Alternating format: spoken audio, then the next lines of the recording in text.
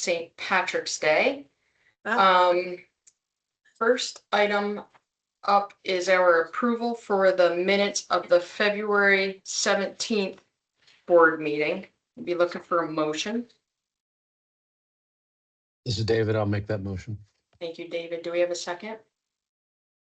Second, Tyler. Thank you, Tyler. Are there any corrections, questions? Right, not hearing or seeing any. All those in favor say aye or raise your hand. Aye. Any opposed? Motion carries. We are going to move on to our administration updates. Oliver, would you like to start us off with FPR? Sure. I haven't prepared anything, so I'll try to speak from the cuff. I think legislative session, everyone knows it's been crossover. There's two bills that we've been tracking most closely.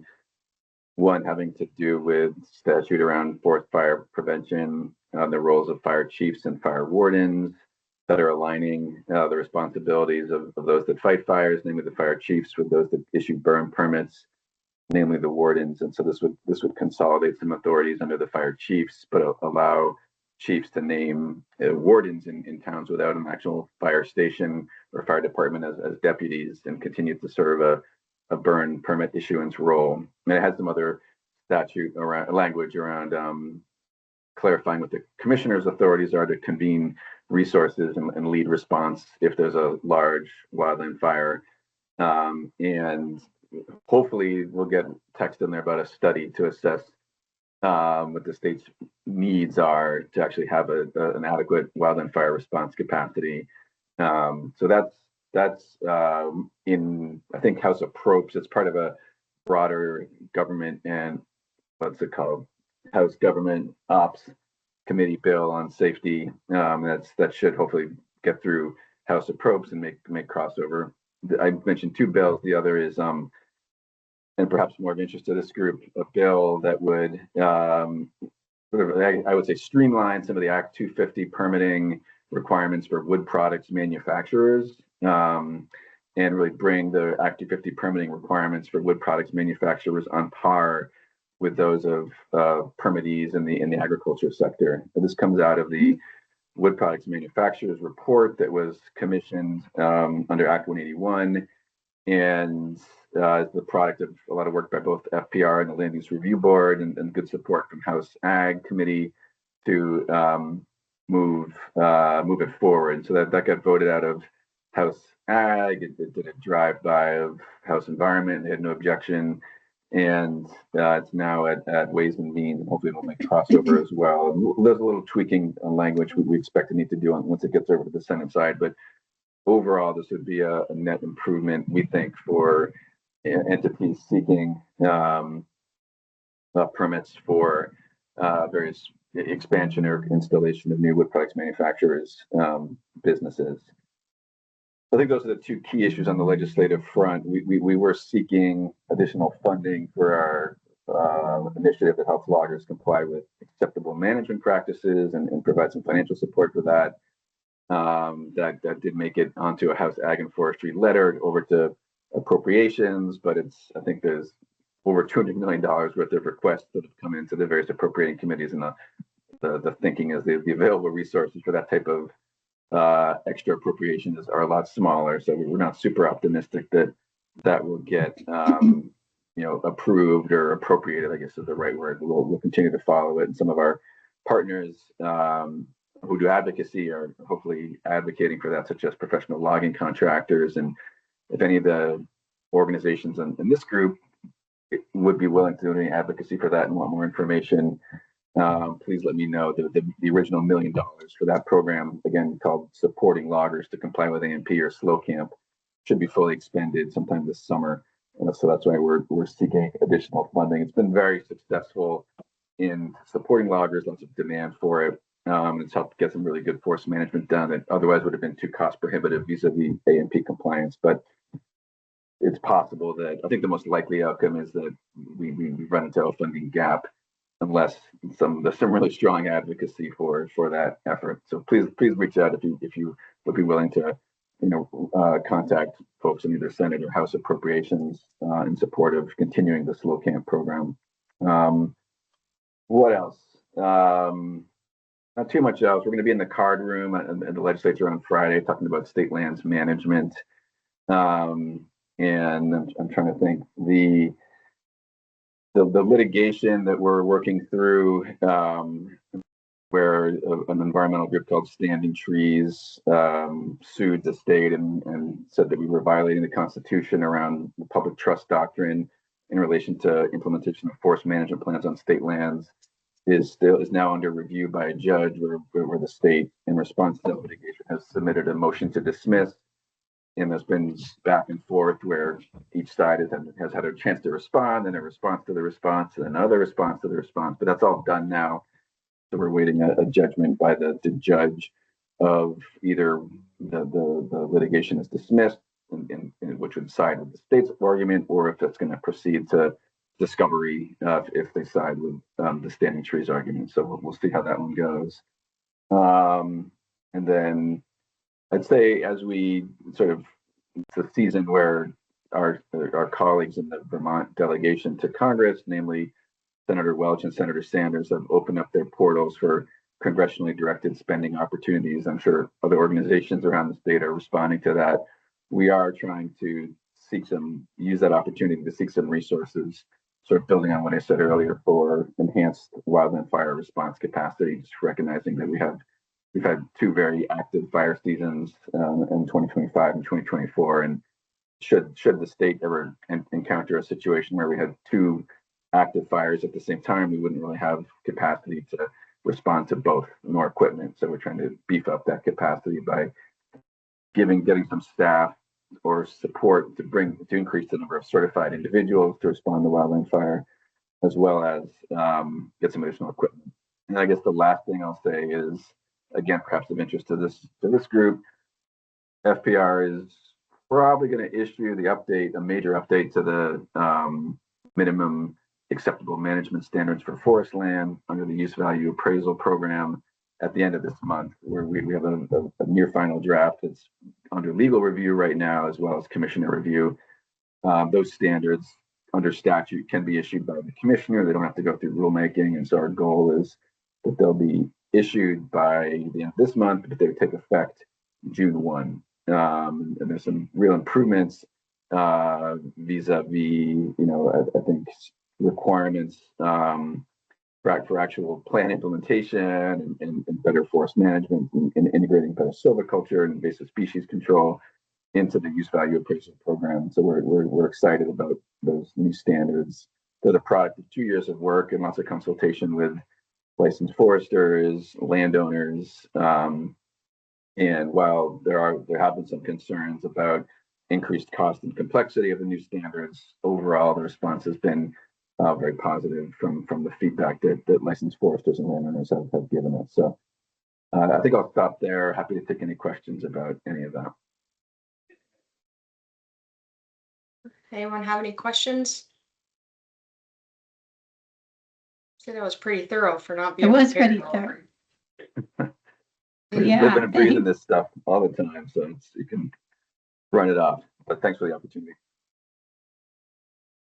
Elizabeth Nance, you want to kick us off with ACCD? Sure, I will be brief. I didn't get with Tate for any legislative items. I will say that we are in the middle of the Northern Border Regional Commission pre-application review. I am super excited. We have across the 4-state region a total of 25 applications through the Forest Economy Program and Timber for Transit, and that is far and away the most that those two programs have gotten. Vermont has two, I may get this backwards, has 2 Forest Economy and 3 Timber for Transit. Very high dollar asks. So we're excited to see if those move forward. FEP and T for T are different, that every state scores everybody's applications. For Catalyst, Vermont scores Vermont's applications, New York scores New York's, and so on. But for those two programs, we all score all the applications. So some exciting stuff in there. And I am even more excited that our own Catherine Servideo has maybe she's changed her mind, but agreed to be on the advisory board for the FEP and T for T because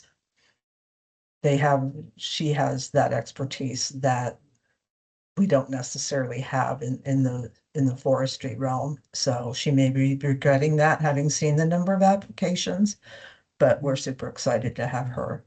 She took Charlie Hancock and Christine McGowan's place. Oh, They termed out. That's all I have. Excellent.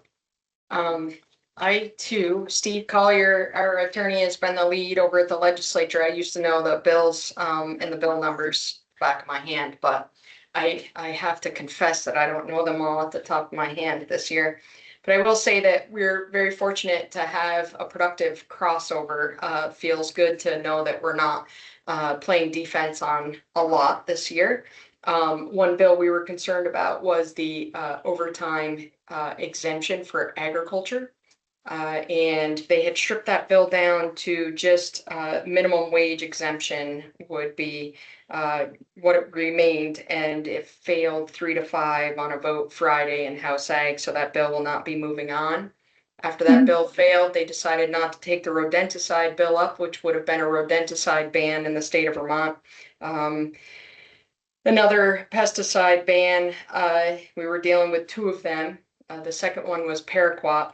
Paraquat, we worked out, there's a very small number of users on paraquat. You may have heard that paraquat is linked to some, diseases like Parkinson's, very concerning.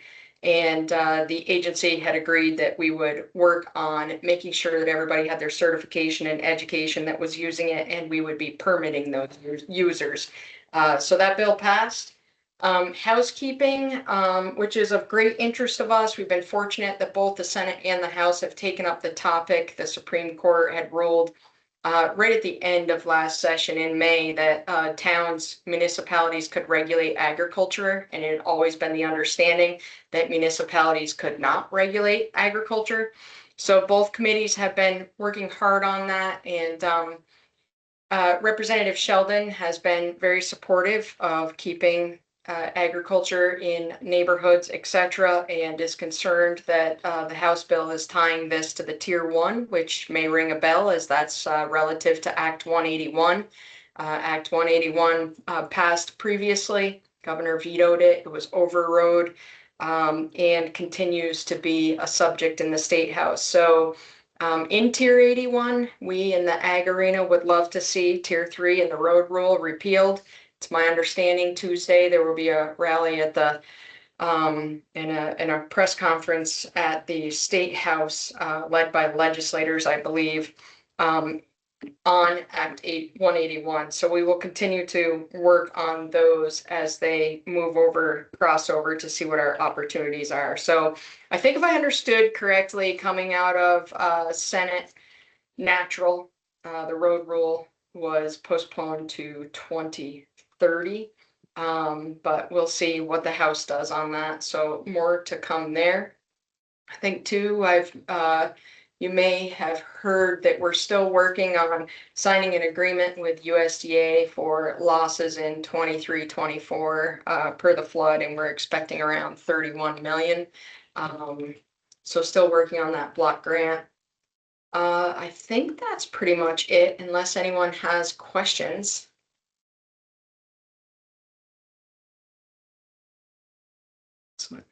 Quiet crew.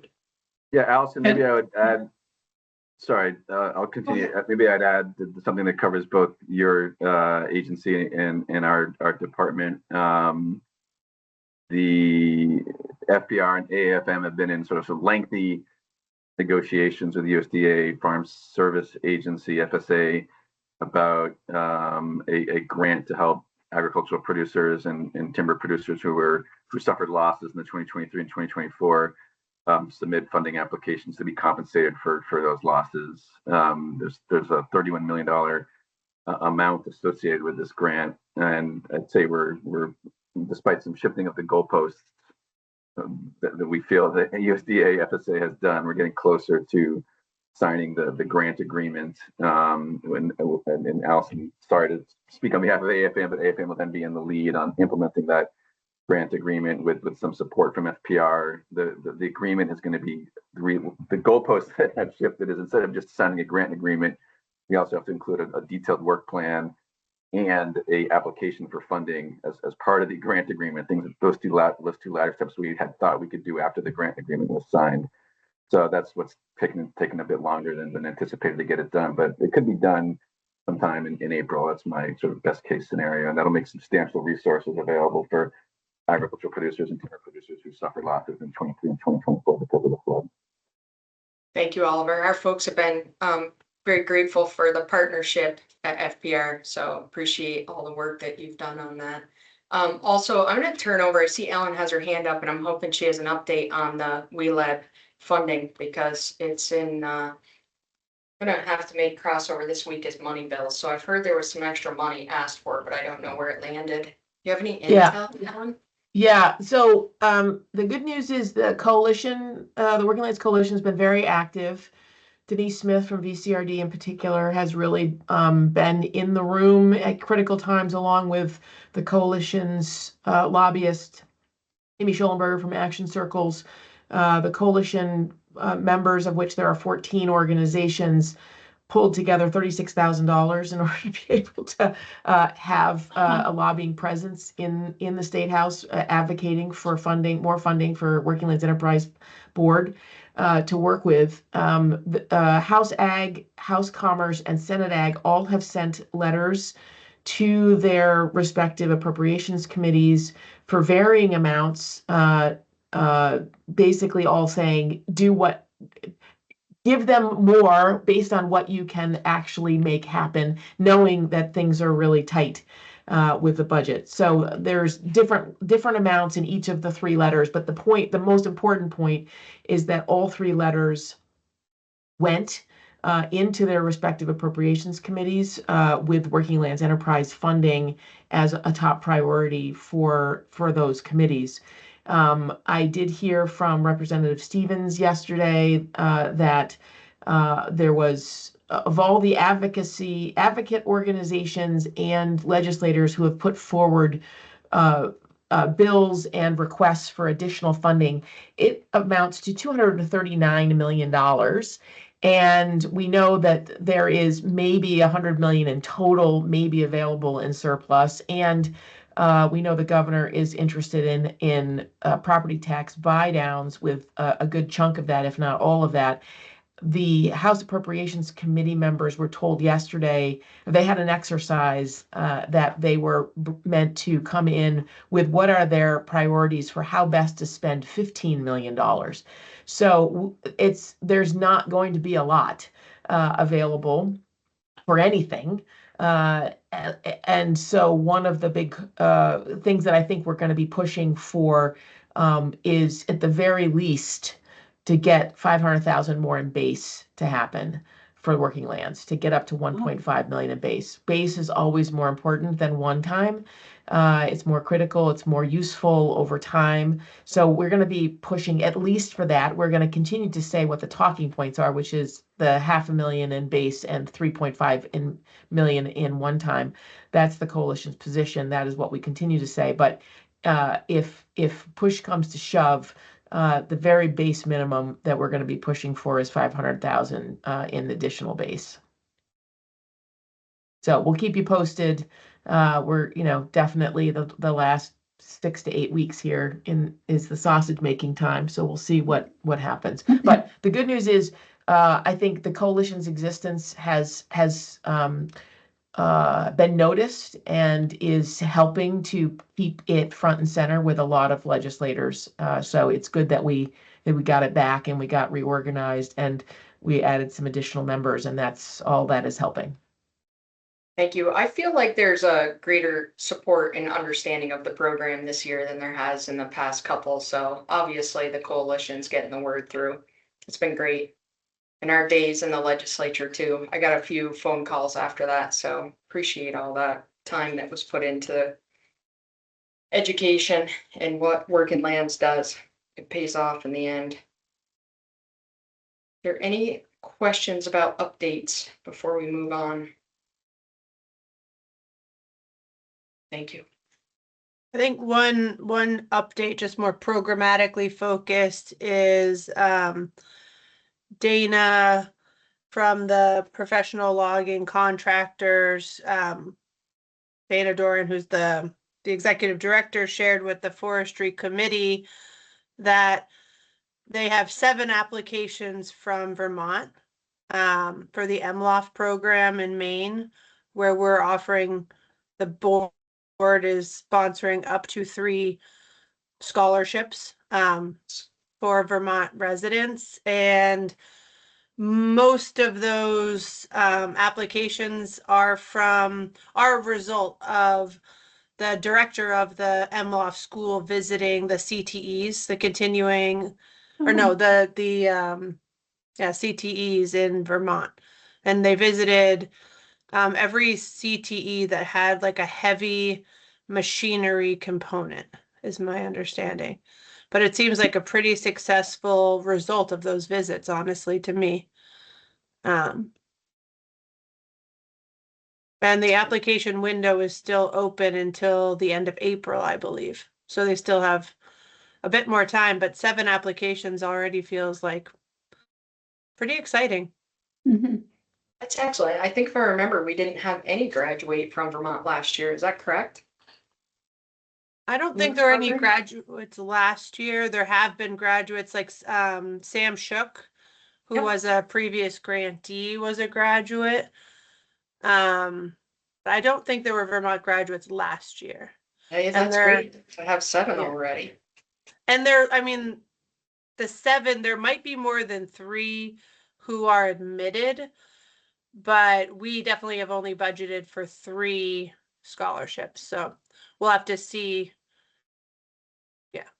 how that works out in the end, which, is the students are aware of that as well, or the applicants. Excellent. Good. All right. So we'll move on to our next item, which is the business enhancement grant final slate. In your board packet was the slate as presented, which includes 19 business enhancement grant for the total of $647,319.74. So we need a motion and a second to get it up, and then we can see if there's any comments or questions.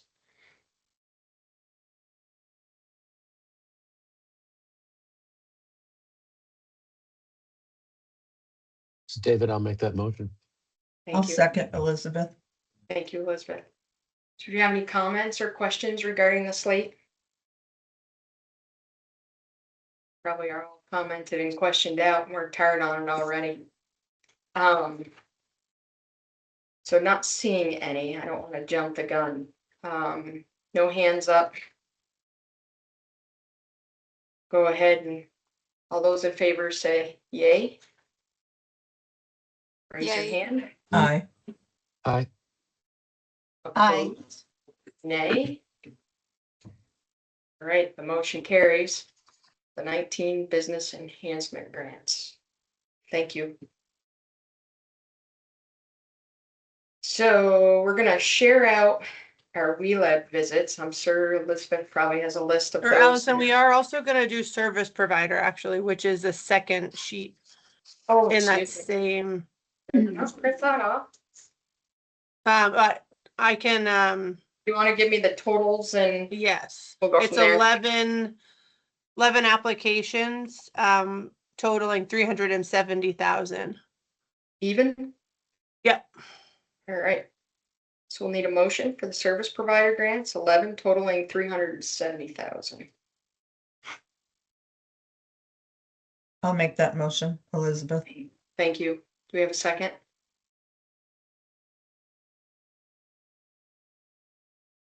I'll second it. Thank you, David. Any questions, comments, concerns? I'm sorry, it's 10. It's 10. Sorry, I just recounted, and it's 10. Right. Let's read. It is, Allison, I could read them off if it's also helpful. I don't think Allison, we if you need don't. to. It's Okay, in the packet. You have a question, yeah, Tyler? it's in the packet. Yeah, I just hoping, can you remind me how to do a partial recusal? Yeah, so when, if you could just let us know for the note taker as to which ones you're recusing from. Thank you for bringing that up. I should have brought that up. Sure. We will note that you're recusing from that application. Do that after discussion. All right, so I'm assuming Elizabeth, Nance, you're okay with a motion for 10 for 370,000, not 11? Yes, Excellent. thank you. All right, so all those in favor, say yay. Yay. Aye. Aye. Opposed, nay. All right, motion carries, and those that wish to recuse, if you could state from which, we will note it in the minutes. For me, recusal from VHCP. Thank you. Are there any recusals on the business enhancement slate? Excellent. Allison? Yes, Allison, this is David. I'll recuse from the Sheehan lumber. thank you. All right. Without any other recusals, I think we're good to move on, correct? Do our share outs on WLEB visits. Anybody have share outs on WLEB? I think Sarah is the only one that I know has share outs, but I think after Sarah shares, we should open it up in case there are other Excellent. folks who have completed site visits and not yet shared about their Okay. experience. I did 2 site visits in January to Southern Vermont. I went to Miller Farm, but down in Vernon. And they had gotten a WLEB grant to partially fund a new bulk tank and a free heater. And some of you may be familiar with Miller Farm. Back during the pandemic, actually, they started bottling some of their milk. They are a good size organic dairy. And they ship 80% of their milk or 90% of their milk to Stonyfield. And 10% of it is bottled. And it's worked out really well for them. They do it in various size containers. I know that their milk is, including their chocolate milk, is over at the State House. And I believe it's their chocolate house, is the chocolate milk that's served to the UVM athletic teams. So they've really done an amazing job, and having a new bulk tank was really critical to their operation. So Arthur Miller is who I met with, along with his daughter Abigail, and they're very grateful. And then I also met with Milkweed Farm, Josh Mosberg and Emily Hartz from Westminster. And we had done a grant to fund coolers and a freezer, for which they're very grateful. They have a very nice farm stand, and it really helped the whole display for their farm stand to be able to have the storage for their products. And I think it's a great place for anybody to visit. They do have kind of this long-term lease agreement with the Earthbridge, I think it's called Community Trust. Anyway, that's been a little challenging, that tenure there. But anyway, this is a very good use of the WLEB grant. Hey, did you say they've been bottling for 5 years, right? They started during the pandemic? Yeah, Miller's, pretty fun. yes. Yeah, they're great. I mean, it's a great story, really. Tough time to get going with a new thing. Impressive. And I know sometimes the governor has his coffee hour on Thursdays, and Miller Farm milk is served there. Yeah, and they had gotten a grant or some funding that was what kind of was the impetus for them to make this change to bottling. Gave them an opportunity. It's great. Anyone Thank you. have any questions? Is regarding it their Sarah's bottled business? milk or bulk milk that's going into schools? Bottled milk. The bottled, yeah. Okay.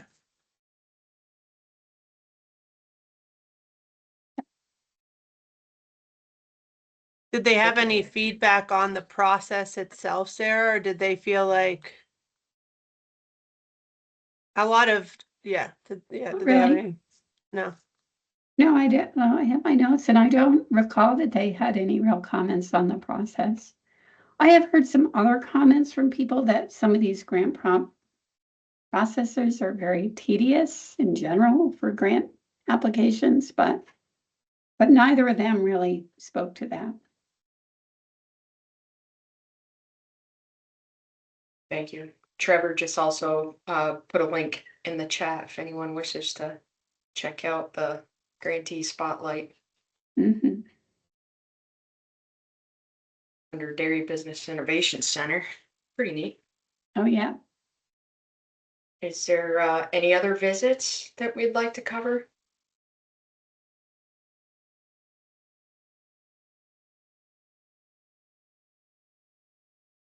We are going to be moving on at 10, correct? Are folks from Incommon Yeah. joining I- until 10? I have a follow-up question since we actually have a little bit of time. Just around, so we used to organize as those of you who have been around a little longer, we used to organize these collective site visits where we would try to, have 2 or 3 site visits in a day and invite board members to attend.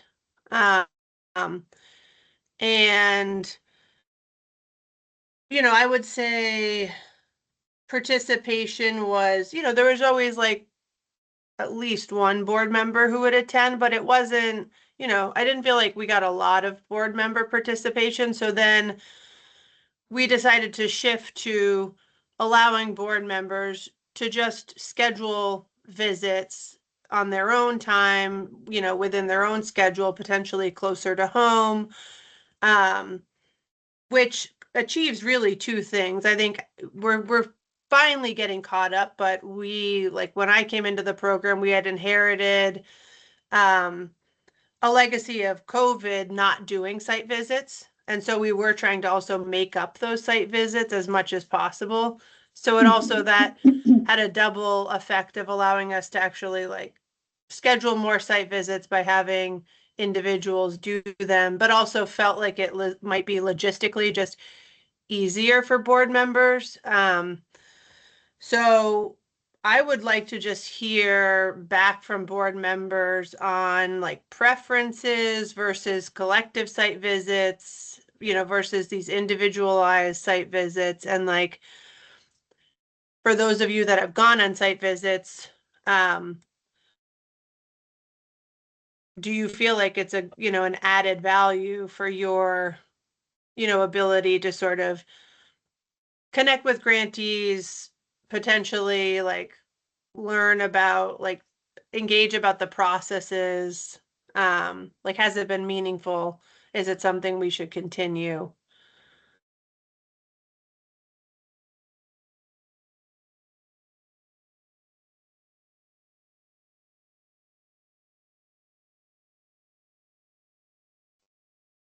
Go ahead, Chris. Sure. Thank you.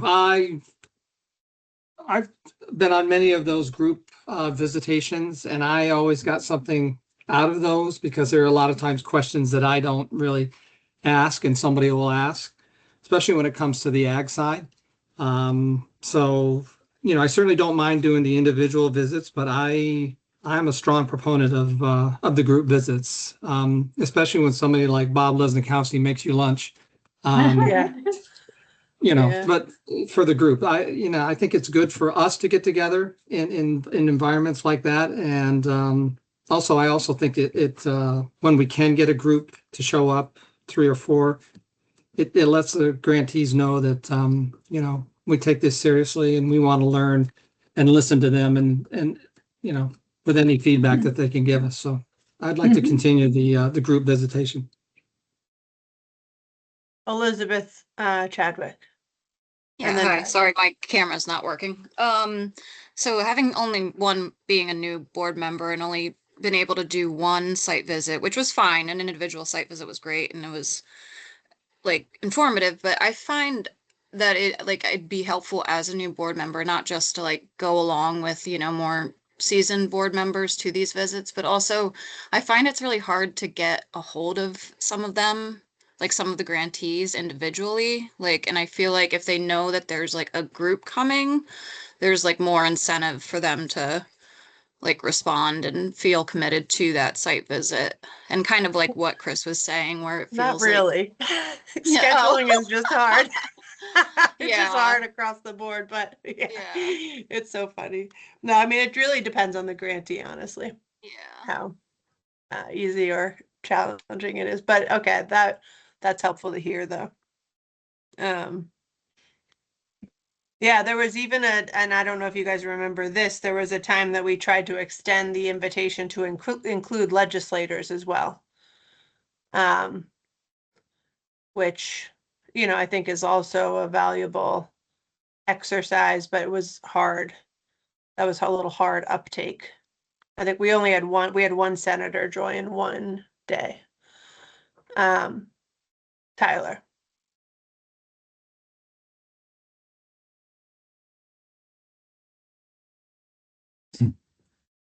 Sorry, slow internet here. I was just gonna echo Chris and Elizabeth. I agree with all that. I do like having some time like in person with other board members and hearing the questions I didn't think to ask. The other part, just to name like the logistics of scheduling, I found that to be really difficult. Like the back and forth, it's just kind of led it to not happen for me. So just really reflecting on like I have a kind of a fixed amount of time I can give to WLEB, and so if I can maximize that time, it'd be great. So logistical Okay. support feels really big too. This is helpful. Sarah. I really like the idea of the group visits, and I've only been able to fit them into my schedule when they were in conjunction with a WLEB meeting. Like when we met down at the former VTC and we went to a couple of the forestry projects. So it's been easier to schedule the one-on-one visits, but I like the concept of the group visits. Yeah, and those site visits were connected to the very first symposium that I attended. Yeah, That's right. yeah, it's an interesting idea though to at least have it be, if potentially there is a meeting morning that we could, I think also scheduling out far enough, I think is helpful, right? Like if we let people know several months in advance, like, yeah, I think we could potentially get, better participation. Ellen, did you come off mute?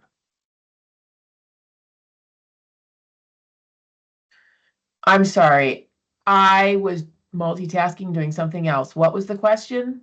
Oh, sorry. I thought you unmuted. I'm not like I thought sorry, no. no, okay. No, but the question was just about site visits and like collective versus individual, what the preference has been. We kind of trialed the individual, which served a dual purpose of like getting a number of site visits done that had also been lingering since COVID. But also just hearing preferences on that.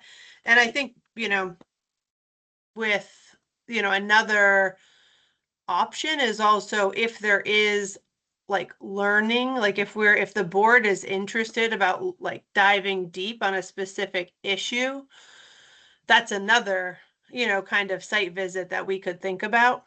Like I think site visits to grantees is helpful, but I think collective learning is also a great possibility for this board.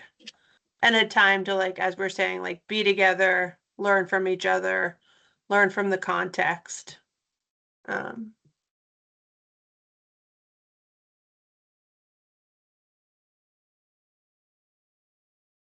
initially it does sound like there's a pretty strong preference for the collective visits. and Chris mentioned Bob, but you know, Bob showed up to every single site visit we ever organized, and I just like have so much appreciate, you know, just the way that he showed up was impressive. And then sometimes also cooking lunch for the entire group of site visits, a feast, was impressive. Maybe we can invite him as an alum to join. Yeah, do people, I guess I am curious since we do have another, and maybe it's, yeah, folks that work more with legislators. What are your thoughts about including legislators? Like they don't have to necessarily be on the House Ag or Senate Ag committees, but inviting representatives from the counties that we're going to be in to join to learn about the program. I always think that's a great idea.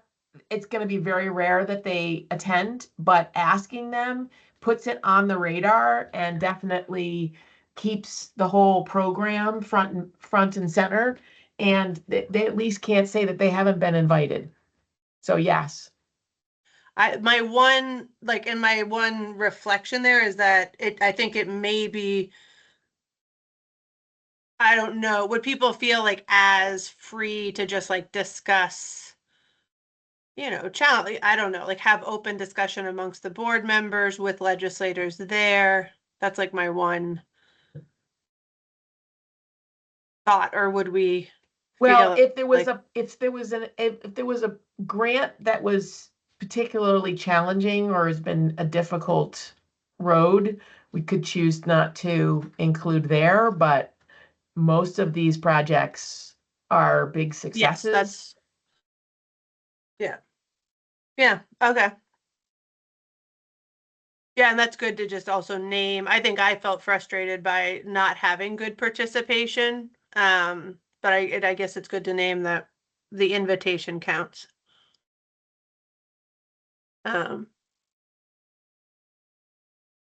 Yeah. And is there a time of year that you think legislators like are the most likely to attend?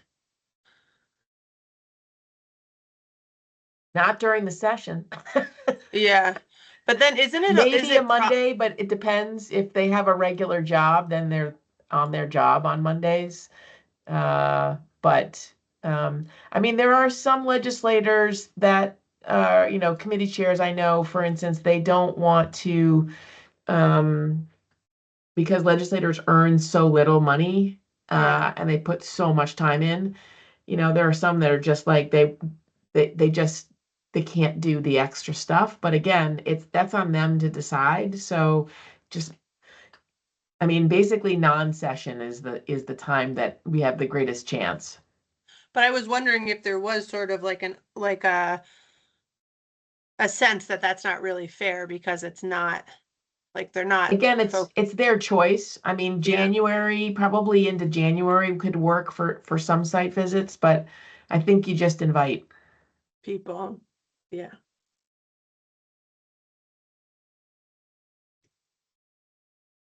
Okay.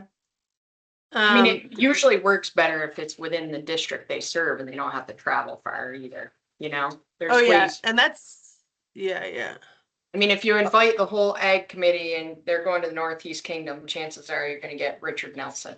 You know, it's just not convenient for everybody to travel up there. But I think in the past, we used to look at, we'd invite them all, but not pressure. And if they were in that area, usually you'd see a little more interest in those that were close by.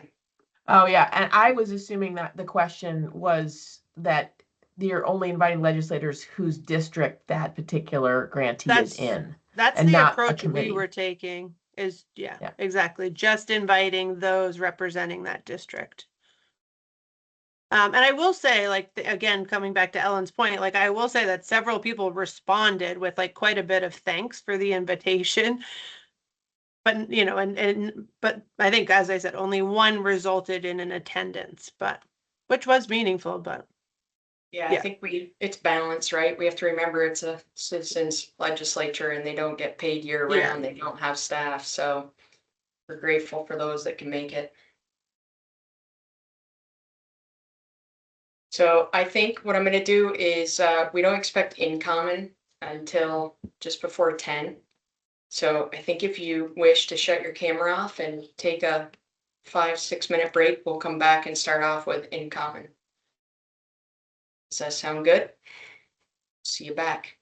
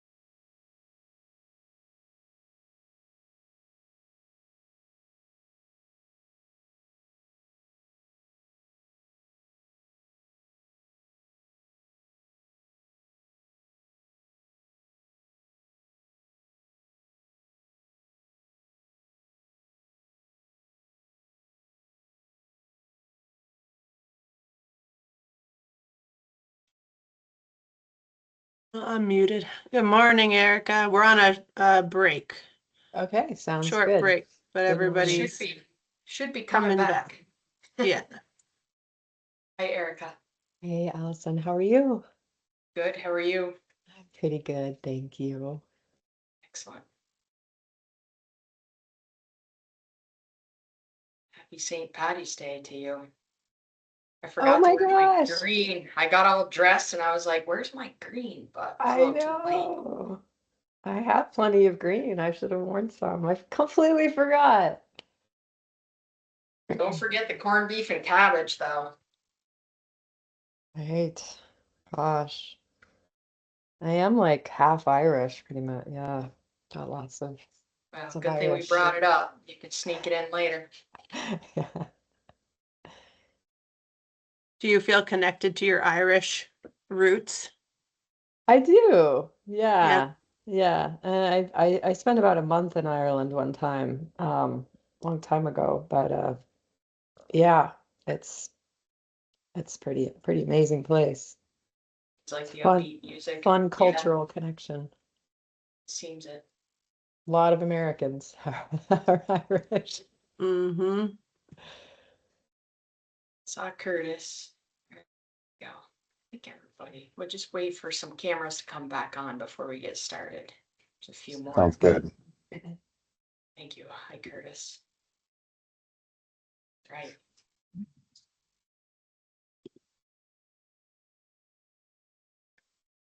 We have a few more, 3 or 4 cameras should come back and then we'll get started.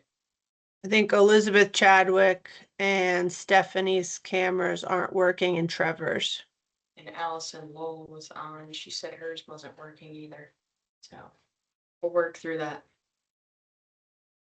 I don't want to hold you up too long. If you're comfortable with the faces you see, the others will probably turn on as we go. If you'd like to get started, I think we're good with that. Keep you on time. Yeah, that sounds great. And I mean, it depends on how the conversation's going to go, but I actually don't think we have a full 2 hours at all. So maybe we'll end early. Maybe there'll be something else to talk about, but yeah, so let's see. Aisha, do you want me to share? You want me to share the deck? I can do share screen. Okay, I can do great. that. Thank you. Appreciate that. Yeah, so we'll dive right in. Yeah, so today we are going to do a very quick overview of the interview report, but not get too into it. Just spend a little time on that. We're going to talk about kind of actually, well, we are going to be talking about the equity advisory committee that we formed and kind of what we're learning from that. And especially sort of a process, how we have been following both kind of equity and need kind of throughout the application scoring, review, and decision-making process. And then we're going to, I think, spend probably the bulk of the time talking about the shared language for equity. We're calling kind of a definition, but it's kind of shaping up to be a little bit more of shared language statements and commitments. So yeah, why don't we dive right in? I think Elizabeth shared this equity report with everyone, so hopefully you've had a chance to look at it. There's just two slides here. One is what's working well and some of the key themes and barriers, and then we're going to spend most of the time on the next slide, which are the suggestions. So we interviewed 10 people, kind of a variety of folks who have either applied and didn't get awards or did get awards, some TA providers, as well as businesses. And that was across sort of the gamut. There was loggers and farmers. So I'll go through like what's working well. There was a lot of positive things. I think overall people that we interviewed really are really view Working Lands Enterprise Initiative very favorably. It had a lot of kudos were given, and I think people really see the value in this fund and how it's a catalyst for Vermont's working landscape. There was a lot of praise of staff at the staff support at the Agency of Ag, and kind of across the board how they're helpful, how they've been responsive, all those things. So that was really great to hear. And I think another thing people really were very happy about sort of that upfront payment model that the program has moved towards, as well as the removal of matching requirements. So those were all brought up, although you'll see later there was some confusion about that as well. And then interestingly, while some people had some barriers to in applying, plenty of barriers, some applicants said they just found a lot of value in the process itself of applying, getting a project, a focused project together with the finances, and it actually really helped them understand their business, especially if they were working with a TA provider. And then there's a list of key themes and barriers, and I think rather than go through them one by one, actually, because these are really just the flip side of the suggestions. So each kind of the barriers, all the interviewees provided kind of suggestions and for improvement. So actually, Aisha, I think if you can just skip to the next slide. These were the suggestions, and these basically address all of those barriers that are listed there. So I'm going to go through these one by one. And if you have any questions, I mean, these are literally just very top line headings here. But the report has a lot more detail. We provided more context, lots of quotes directly from the interviewees. So hopefully you've had a chance to look at that. So something that kept coming up in the interviews was like, people wanted more support in with the application itself beyond what the agency is allowed to sort of give each person. So that could be help actually writing it, or preparing some documents and whatnot. And most of the people that we interviewed were unfamiliar with the VHCB kind of option for TA for the applicants, even though it says it on the application itself. So I think that there is a lot we need to dive into there around this. Like, we kind of know what are some of the things people want for light touch grant and grant coaching. And we actually are going to have a focus group this Wednesday with TA providers. And this is something we're going to discuss very heavily in that focus group. Most of the TA providers that are coming, they're part of Farm and Forest Viability Program. And so we're sort of, we're going to kind of explore, like, what is it like to even, support somebody on a grant application if you're doing the more in-depth stuff, and have they done the light touch and kind of all the sort of TA that's available and being provided. And maybe this is just really a communications issue, and people maybe just don't know about it, aren't necessarily accessing it, but we're going to kind of explore some of those issues around what type of services are being provided. Is it the right fit? Do they have the capacity even to do it? Is it utilized, or is it over subscribed? So we'll be exploring that more. The next suggestion that came up by a couple of the interviewees, 2 or 3, was to create a smaller separate fund with a simpler application. And I know you've been down this path before, where you had that allocation a few years ago. And it was very oversubscribed. I think it was less than 10% were able to be funded. And some of the challenges there are that, you don't have as much information to go on when you have a simpler application. So can be trickier to even make the awards. But this is something that we are also discussing in the advisory committee that you'll hear about a little bit later.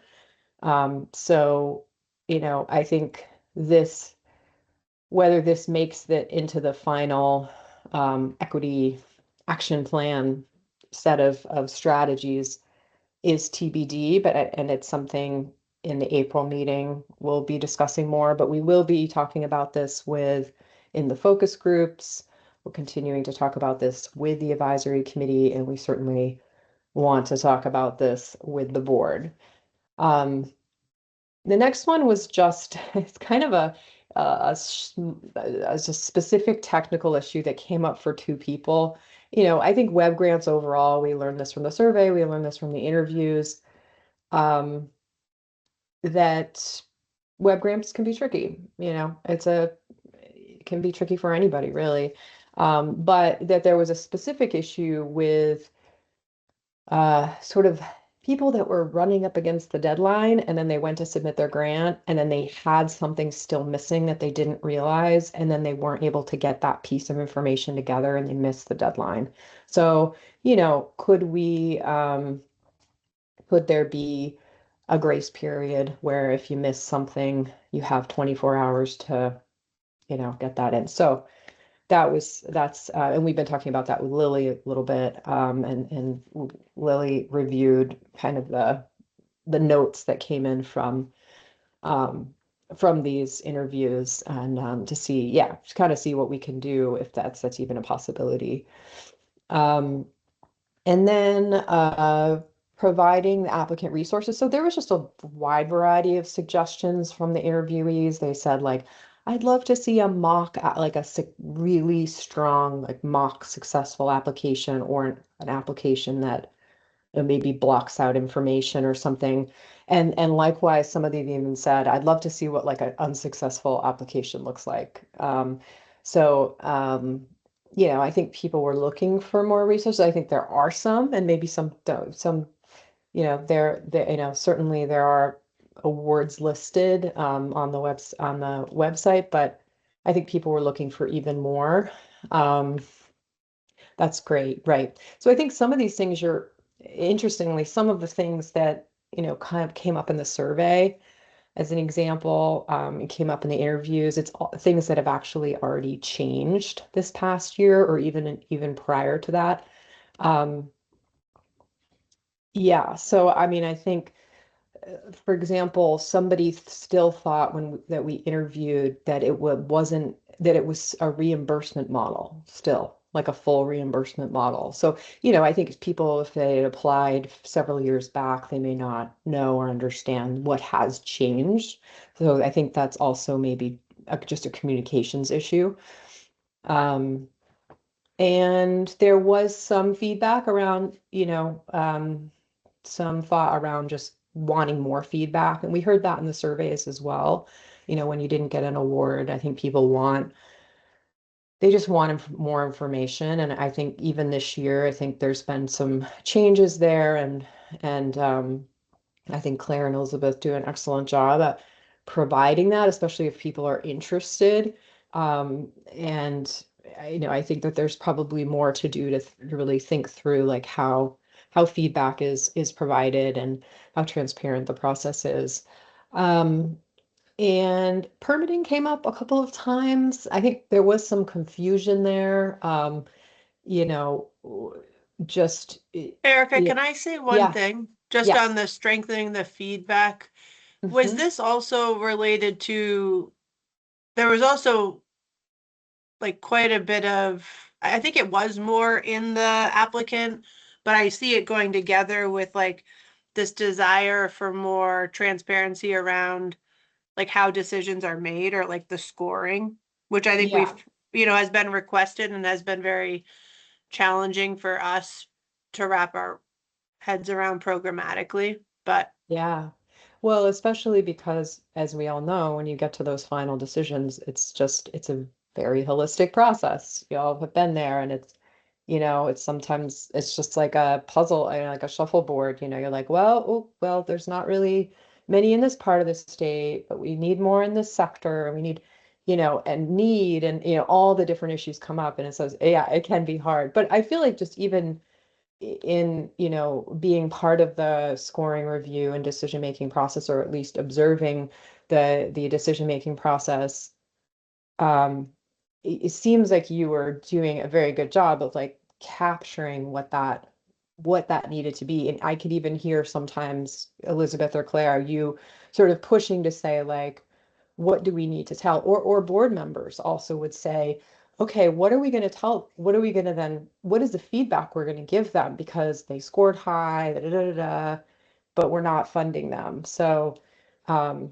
it's always a complicated thing. But so I think that there's the transparency piece, and then there's also like they do want feedback on how to improve. And sometimes they're really good applications, right? So it's like, really, there wasn't anything to improve. It's just the way sort of the cards fell when we really looked holistically across all the and they're just limited funds. So again, I think in a way this might be partly just a communications um, and perception. And so yeah, I mean, in terms of, I think that you're already doing a really good job with that. And, but I mean, I know Elizabeth and Claire, we've talked about some specific things that you've been changing or could change a little bit more here in this area. So the permitting, that was just some people were confused. Um, they really, yeah, I think some thought, oh, do I need the permit ahead of time? I mean, and this also came up in the last WLEB award, one, there was, oh, well, are they going to be able to get their Act 250 permit?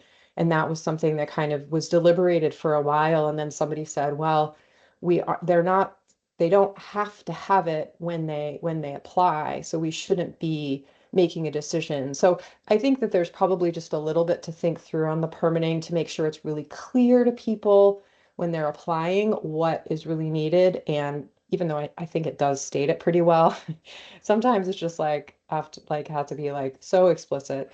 But also in the review and the decision-making process. So I think there's maybe a little thread there to think through.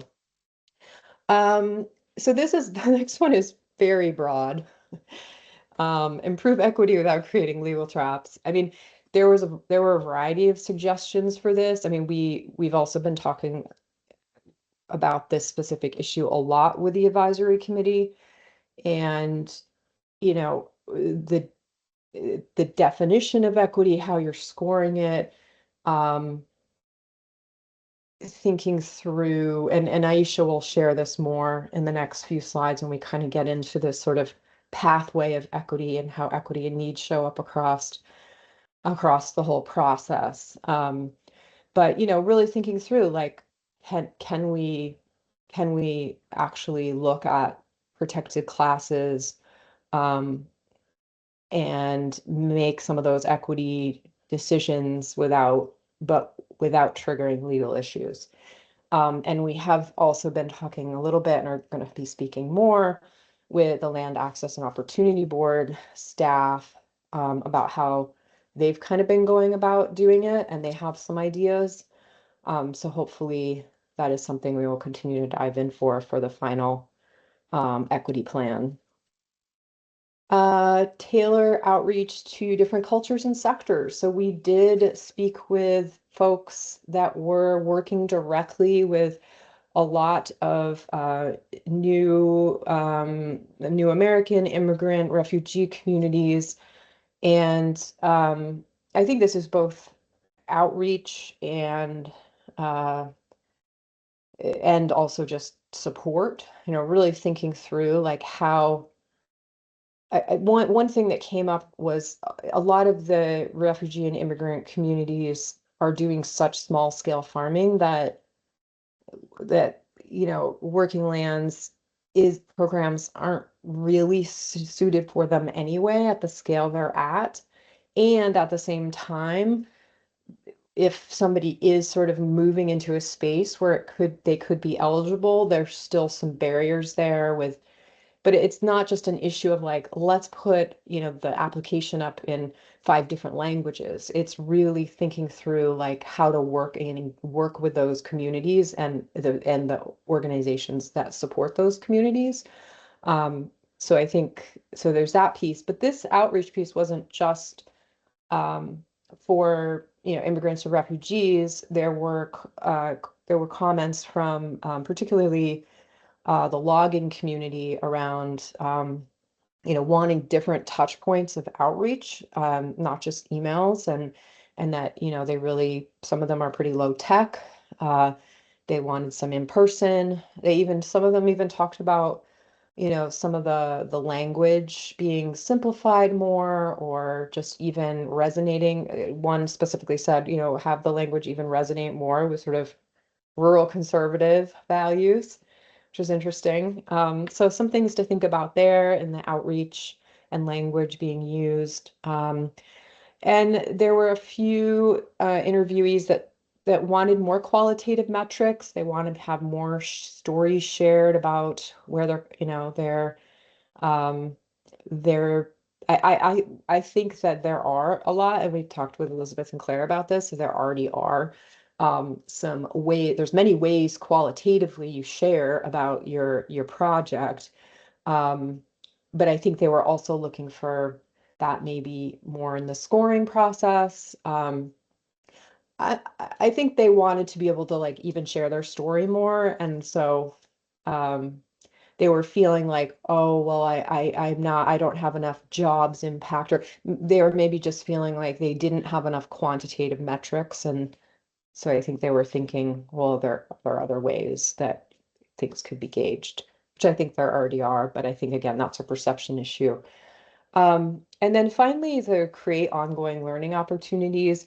Several of the interviewees, and then we're also talking about this quite a bit with the advisory committee, that they really see equity as not one and done, and this is really going to be a long-term process to engage in. And so how does feedback kind of move through the system, how to continually kind of get feedback, how to take those learnings and continually improve the program.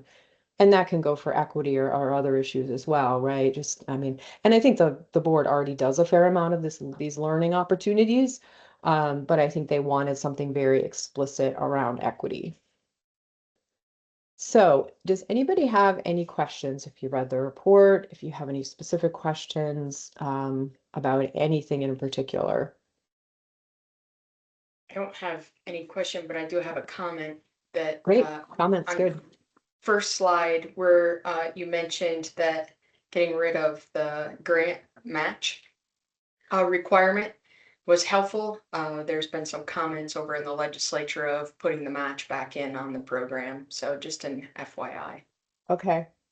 Well, we might want to, if that's the case and you don't, and people are wanting to keep, the board members want to keep the match, we could certainly pull out from the survey and the interviews and anything we're learning from the advisory committee on match, if that was of interest, like a path page summary or something that highlights what came in from all the research around people feeling like most people said they didn't, if people talked about match, they said they think it's a big barrier. So, well, anyway, Awesome.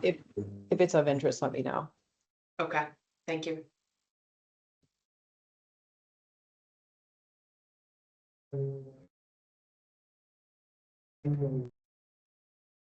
Any other questions at this point or comments, thoughts? Anything surprising? This is helpful on the technical service provider front, not knowing, even though it's on the application. I think that means something to us about being able to catch their eyes.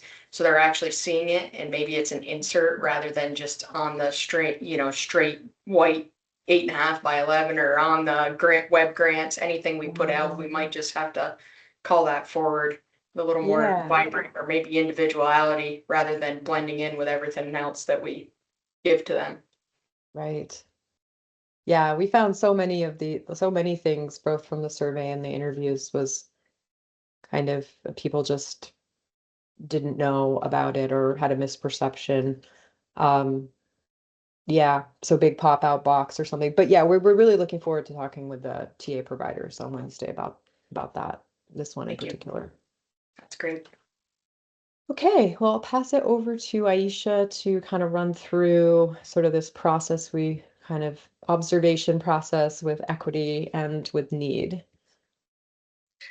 Yeah, so these will be two very high level slides. The gist of this section is just that we took part, probably saw us, we took part in the whole grant review process for both the TA and service provider grants in the fall of last year, as well as the business enhancement grants this year, from scoring some of the applications ourselves directly, then taking part in reviewer meetings, and then Erica sat in and observed the board decision-making meetings for both grant types.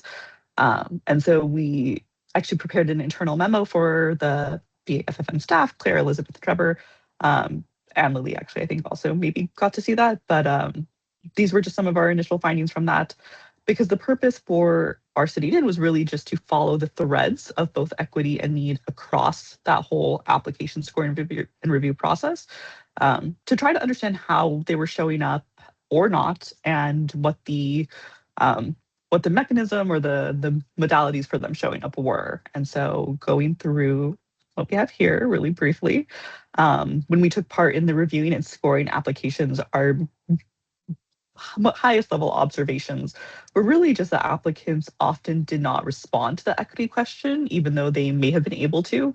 And then what could have been a beneficial way to share more about their experience within equity. We felt that could be relating to the wording of the question.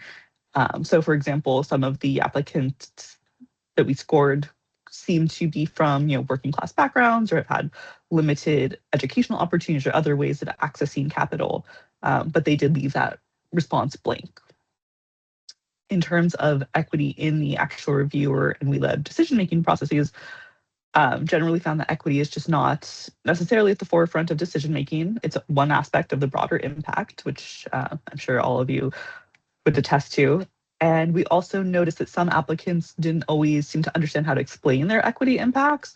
And so in some cases that could be disadvantaging to applicants that actually are coming from some of those protected classes, and otherwise that the questions in there to help serve. So the key finding that we sort of at this point have taken away, and we're very much still in discussion with the advisory committee and just through this process, talking with you today about it. But the key finding that we came to so far is that clearer phrasing could help in terms of making that question more understandable and eliciting more answers from applicants. We felt that sometimes maybe people thought that it would be even potentially a negative connotation, so they avoided answering it. So clearer phrasing as to what is really being asked and why might be beneficial.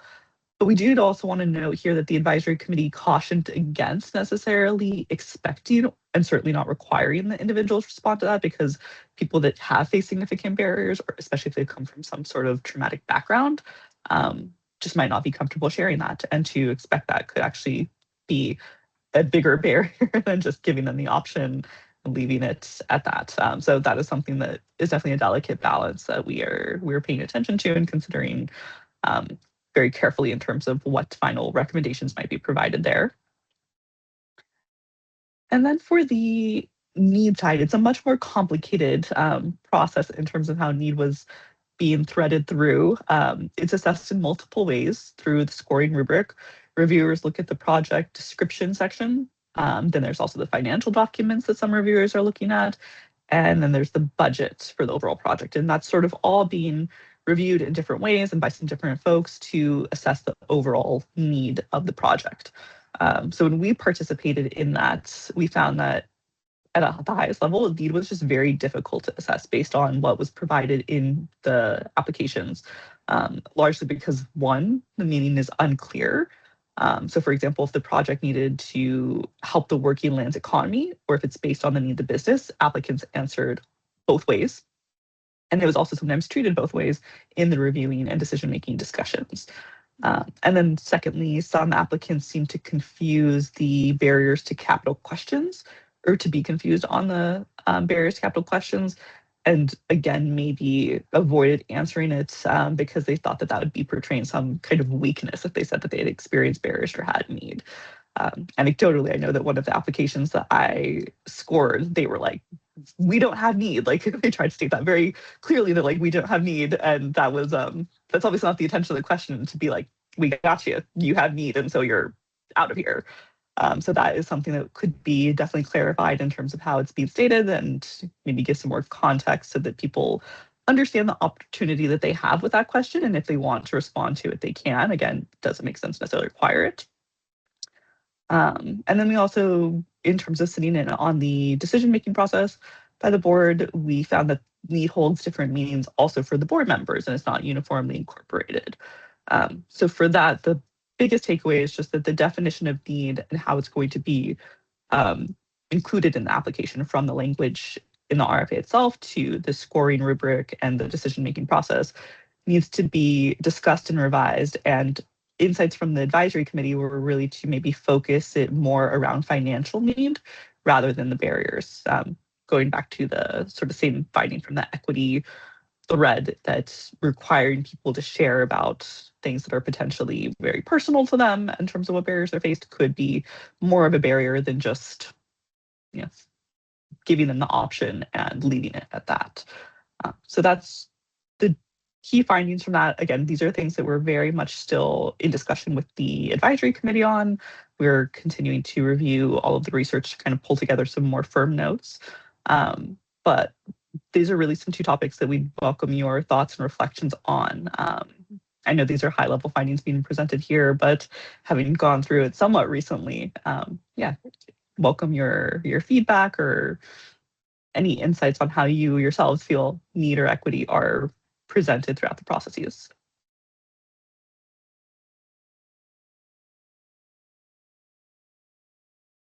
Or questions also.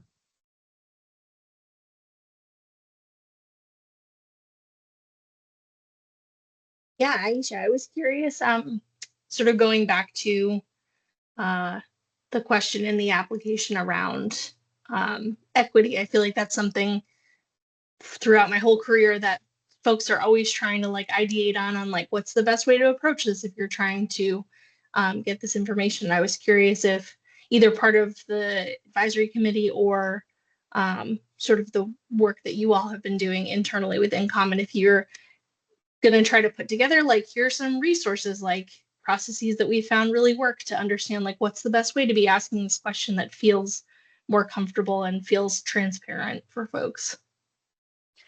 Yeah, definitely looking at some outside research also with the advisory committee.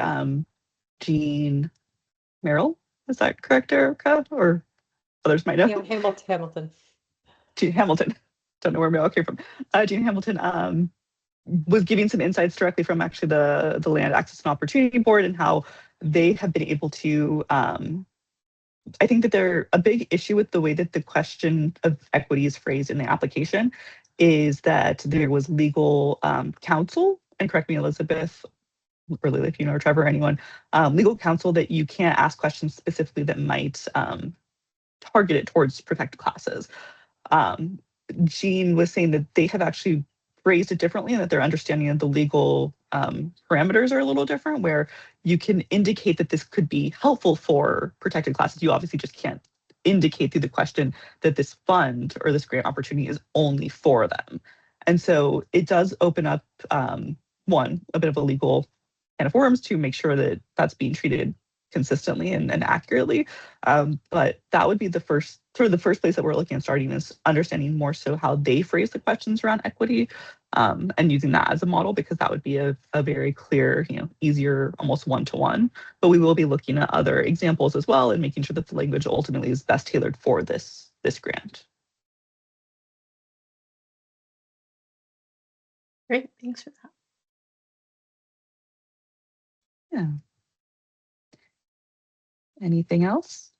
Particularly any thoughts on or questions, anything on the need section? Because as we tried to note here, it's definitely one of the thornier aspects, and I think the lack of consistent common understanding of what need is supposed to be and how it's supposed to be reviewed was something that we're definitely still grappling with as we look back at our notes and the applications and everything ourselves.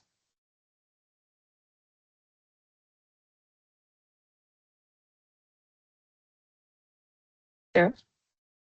I do think this is a really good commentary about this, because, and I sometimes do other grant reviews as well.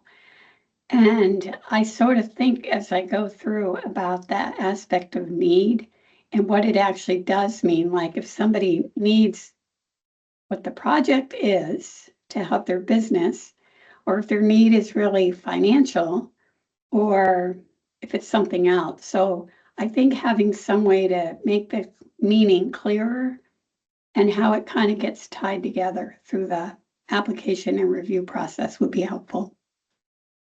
Yeah, Sarah, that's so great that you framed it that way, because that, and actually when we were meeting with the advisory committee, that's how Curtis was framing it. Sort of like there's this base financial need, and then there's sort of this project need, and then there's this bigger sector need. Yeah. So there's just multiple layers there. And Sarah, if you have any examples of other grants that you feel like, have the same problem or do it better, anything, feel free to share insights from that. It's good for us to crowdsource a little bit and see other examples, positive and negative, either way. And so share that with you now or share that with you another time. It's actually the water quality grants are one. I went through that review process yesterday, so it's kind of top of mind. And so I think it's kind of common, this question of need and what it relates to. Okay, so in that example, there's similar lack of clarity and consistency. Yeah. Yes. Anybody else feel that they often run into that with other grants as well, or you notice that? Yeah, it's definitely something that I think will be probably not fixed completely in this particular project. I think we'll make steps forward on it, but it's a wider ranging issue within grant making, of course, and so we'll. Yeah. There's one thing I just wanted to underscore from the survey analysis, as well as some of the interviews, definitely at least one of the interviewees. There is a perception that by some, not many, but by some, that WLEB is often will fund like well-off businesses. And I think because you're funding, you need to have impact, and you need taxpayer money to actually not have a ton of risk. You are wanting to invest in those businesses that are already fairly viable. But I think some people gave examples of like, oh, my rich landowner, got a grant. And so, I mean, how to completely avoid that is not easy. You look at people's personal assets or something, like it's so hard. And it's not something that's going to easily be overcome. But I just wanted to share that too. That was just one little piece of this bigger puzzle.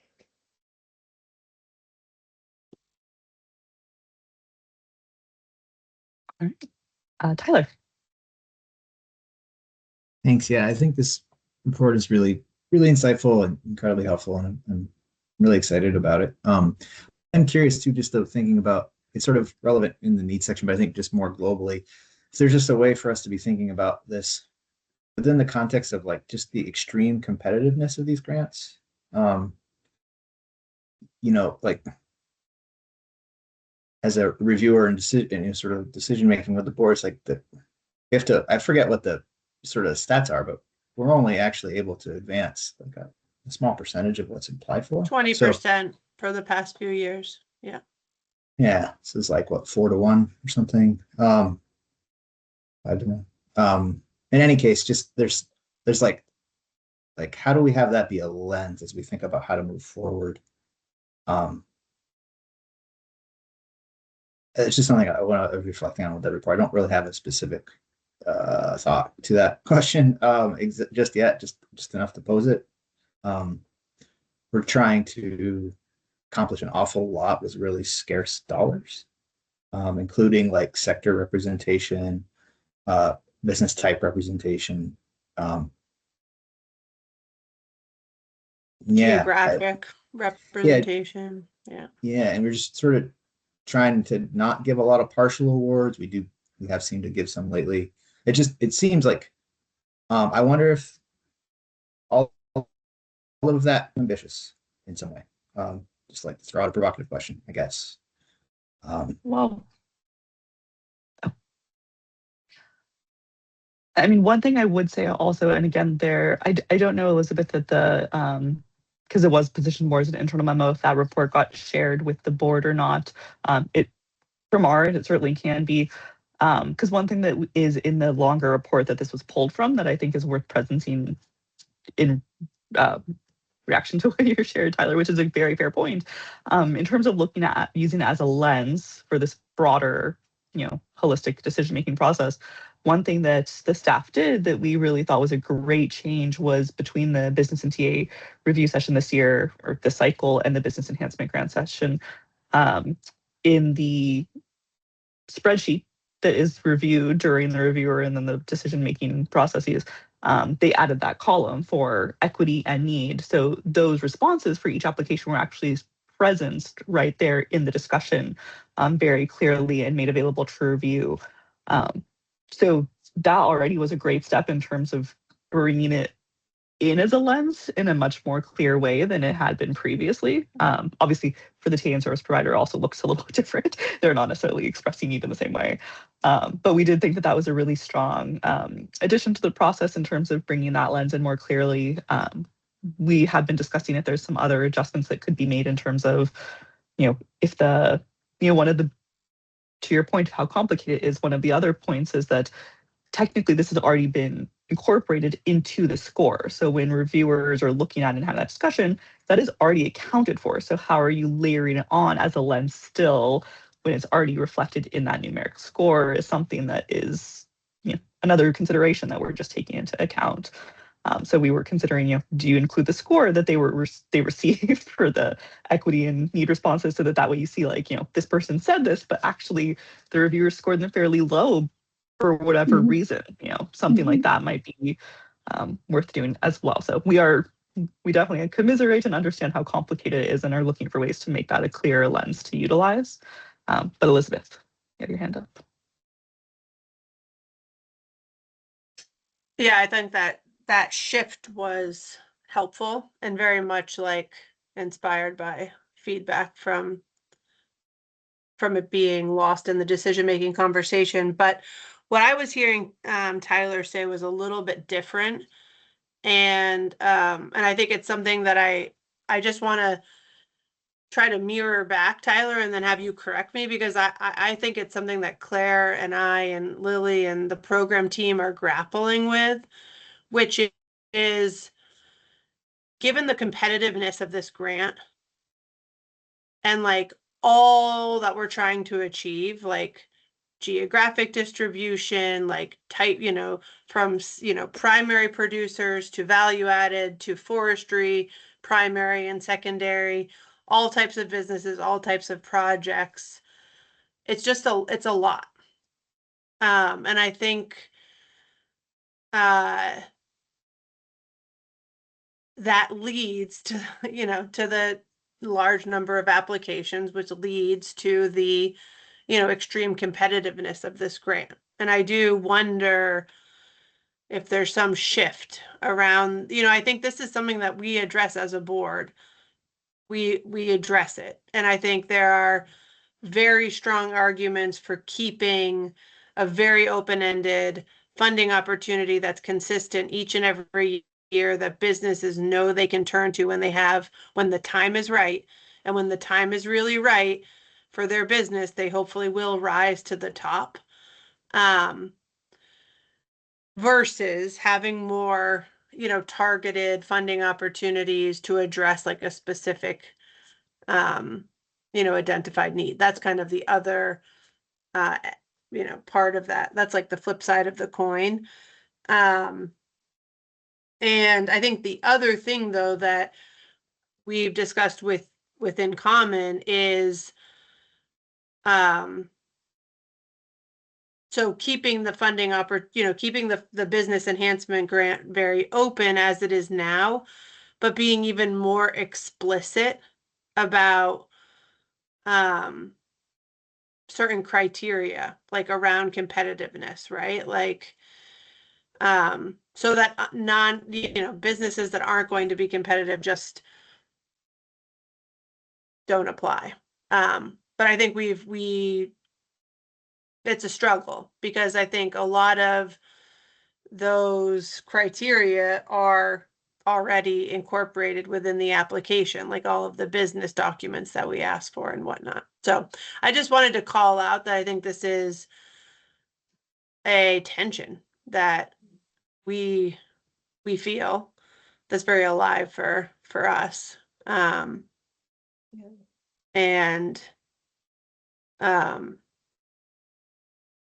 yeah.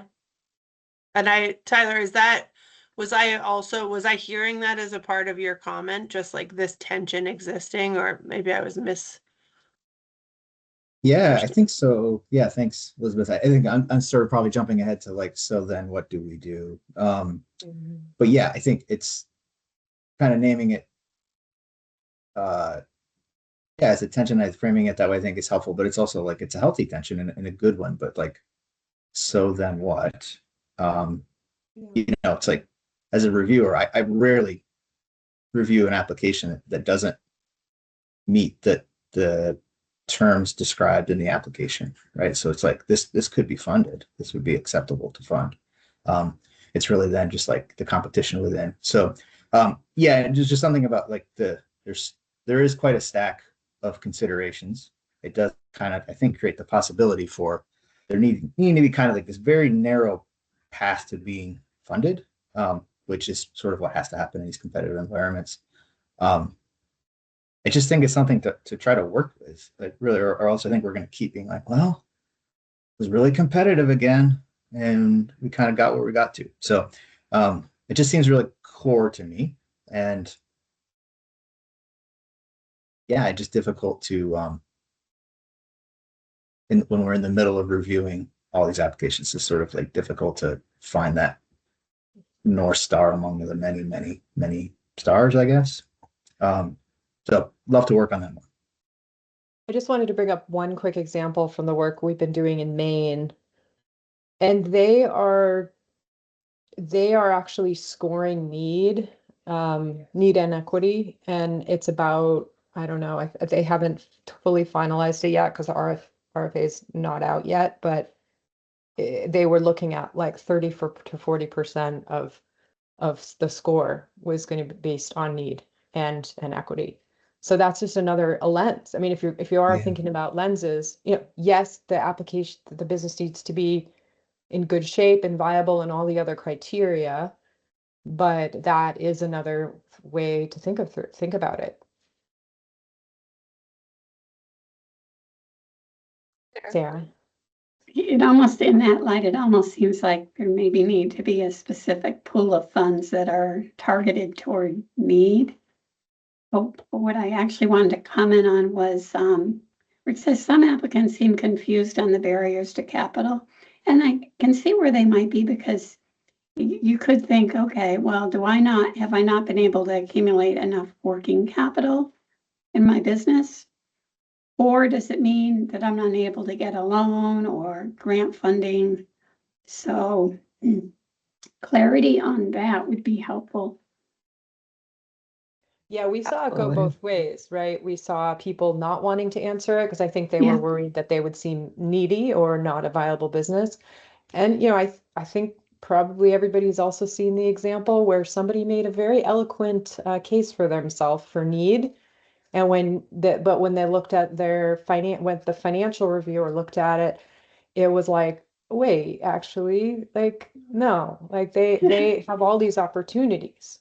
So, that didn't, and that's a challenge. So,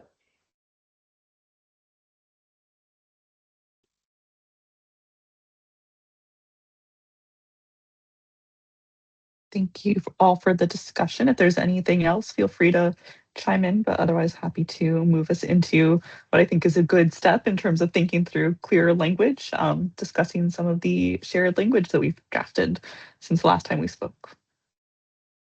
I'll just And throw if out, I there's went a bit on down a rabbit hole, but I was looking at the scoring criteria that's in the sample RFP that I think is from a previous one, and it tells you the different section and how many points that you can get for that section.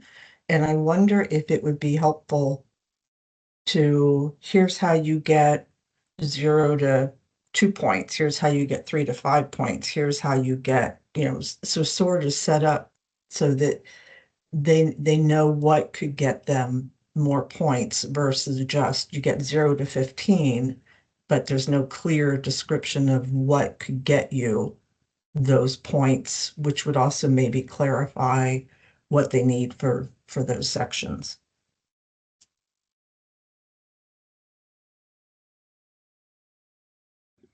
Yeah, I mean, I think that there's definitely, as Erica mentioned during the interviews, there was definitely a lot of feedback from the interviews and advisory committee on wanting more examples of like, what is a high scoring, what is a low scoring application for those exact kinds of purposes. But what you're saying more specifically, like, here's what it looks like to get those, I think would be probably well received, but I'd also defer to Elizabeth on the reality of that being put together and distributed. So but I think that's a great recommendation. Wait, say the reality of what specifically being put together. For these questions, for some of these questions, like the equity or the need to have, somewhere available online, a reference that says like, here's an example of what a low scoring 0 to 2 versus a, 3 to 4 versus a 5 response looks like. Okay. I think that, I mean, I think, yeah, that's an interesting, I think the model, like showing what a strong response is and having like several examples of strong responses, yeah, it'd be interesting. We've definitely never thought of doing like the one, like the point range. That's interesting. And I'll throw out, I think, particularly because we have different groups of people scoring different applications, and I think typically they seem to be in the range, but even it would help if there's 3 people scoring an application, if we would all have the same expectation that this is what would be considered a really good response versus this is what. So I think it goes both ways, to the applicant and to the reviewer. Here's what you're looking for. Here's what you need to provide, and this will inform the score. I mean, I think that's interesting. I'm trying to, just thinking out loud to do that in practice, because like there are so many ways in which a person can respond to that question. Like there are many different ways in which a project can have an equity impact or a person can express need. I think that it would, going back to Erica's comment of like the group in Maine that has just like identified certain stronger priorities that are getting more, that equal more points, like in the scoring system. I think that would probably have like more impact, like be um, a clearer way to, if there were, if we wanted to have equity in addition to business viability be like more, you know, on an even playing field or more, like that we would have to increase the point, right? Well, I think we're maybe or talking any- I think we're talking slightly about two different things. Yeah, no, I mean, I'm sort of returning to, okay, yeah, tell me, Elizabeth Nance, what Well, you're hearing. and Yeah. and maybe it's I don't want to hijack, and I want to keep us on time. So it's sort of, I don't know that the priorities necessarily need to change. It's within each response, how does the applicant, giving the applicant some, like a range so that they can sort of know what to expect based on how they answer the question. This language will get you the 15 points versus 2 points. If you include these elements. If you don't include them, then you may get a lower score. And then the reviewer has some direction on this is sort of what you need to look for to give those higher scores. And we can, if we need to move on, that's fine. I just went down that path. Oh, and this is something we absolutely also talked about with the advisory committee, and because some of them were reviewers, and we had the opportunity to go through the review process. And yeah, it wasn't it's hard to score, and sometimes I also didn't feel like and some people score high and some people score low, obviously, but like sometimes I didn't feel like I had enough information for the question that was asked, and not necessarily from what was provided in the grant, but I didn't have a sense for. It's hard to score. I mean, and so I think what you're saying is giving more information to really try to make good decisions, both for how it's filled out and then matching that really, really, really clearly with that review process, scoring process.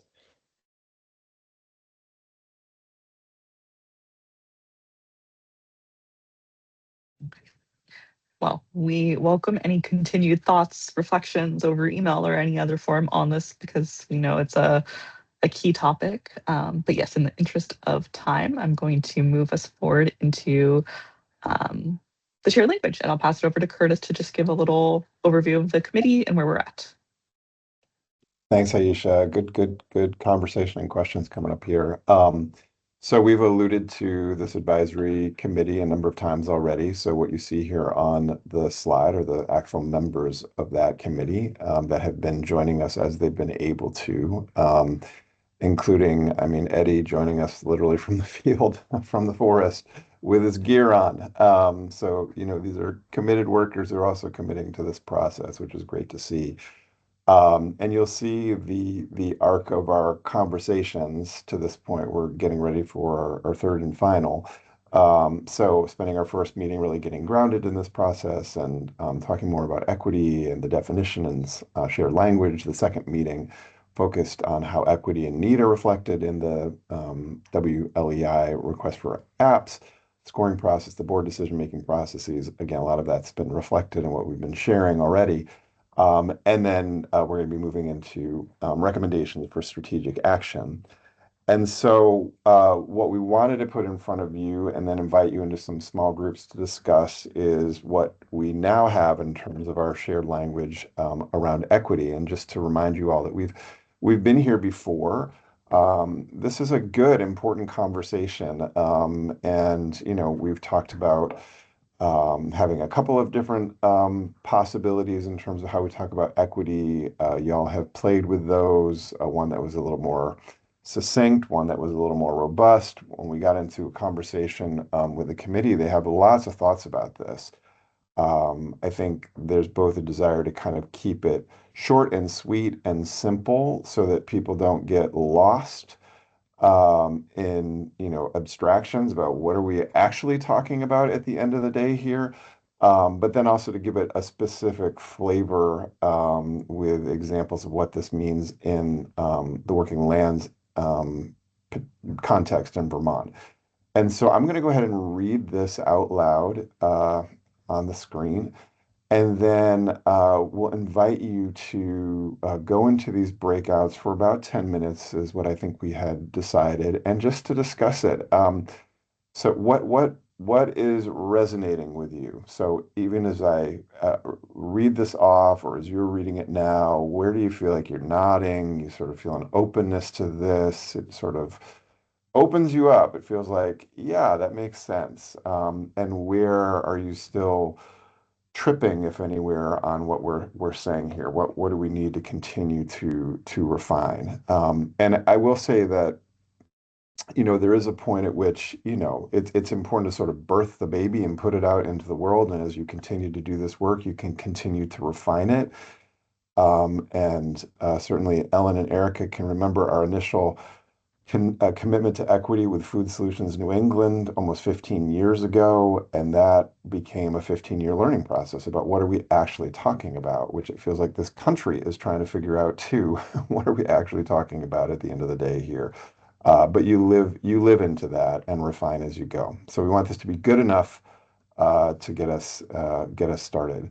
So I'm going to read this out loud. Equity within WLEI means that aspects of social and/or cultural identity are not to be predictive of opportunity and outcomes within the program. The Working Lands Enterprise Board recognizes that businesses may face different barriers to accessing capital based on income levels, education levels, race, gender, age, and disabilities. Because WLEI is a state-funded grant program, it must be accountable to taxpayer dollars, and therefore it is important to fund both new and viable growth stage businesses and businesses that have not had opportunities to access investments. The WLEI program can be a catalyst for circulating resources, funding, technical assistance, etc., where they may not otherwise reach or be lacking. The Working Lands Enterprise Board will strive to actively identify and remove barriers and create the conditions so that participants of all social and cultural identities have meaningful access to opportunity, support, and success within the program. Reduce structural and reviewer biases. Direct resources based on holistic factors, including need and equity, understanding that all businesses that may not have had, understanding that all businesses may not have had the same opportunities. Develop processes for continual improvement that include feedback from grantees, businesses who applied but were not awarded, and businesses that did not apply. So just asking that you just notice what's coming up as you hear that, as you read it. And we will send you into some breakouts for about 10 minutes. And we'd love to hear from you, both what resonates and if there's any further refinement that you really, really, really feel like is needed. Oh, Trevor, yes, you have your hand up. Yeah, will we have like a copy of this, or will it be in the chat so that we can see it as we're discussing? So I have access. Is it okay? Yeah, I see. Elizabeth, you sent everyone this definition Yeah. ahead of time. Yeah, it's linked in the packet, but we could also Drop it in. drop it in the chat. It's linked in your board packet. Yeah, that's Yeah. Okay. And I see a Alicia bunch just of dropped people. it. Yeah, Yeah. awesome. Thank you. So that Alicia. would be Great. helpful. Because it's nice as the shared document comments put into the document, we can all collectively see. all right. It looks like there's more people in there. Should Any I other shift? Okay, sorry.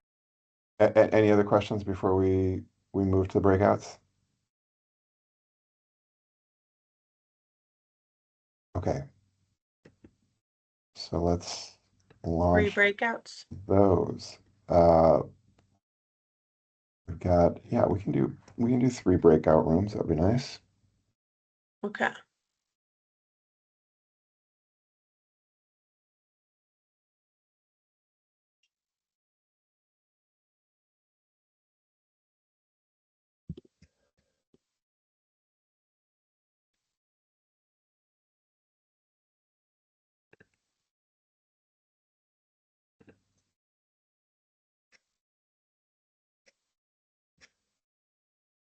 So 10 minutes and we'll come back at quarter after. What's resonating? What needs more refinement?